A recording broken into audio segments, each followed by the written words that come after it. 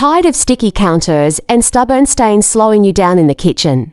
Imagine a spotless counter in just a few minutes every day. Hi everyone, welcome back. In today's video, I'll show you quick, effective, and affordable ways to keep your kitchen counters shining like new.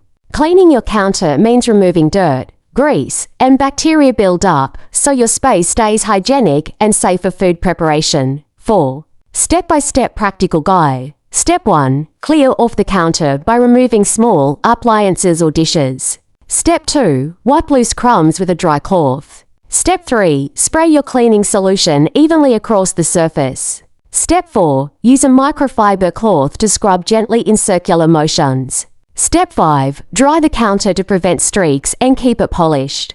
Tools explained. You'll need a spray bottle with mild cleaning solution, a microfiber cloth, and if you want extra shine, a small amount of vinegar or baking soda. Quick tips: always clean spills immediately to prevent stains. Use separate cloths for the kitchen and other areas to avoid cross-contamination.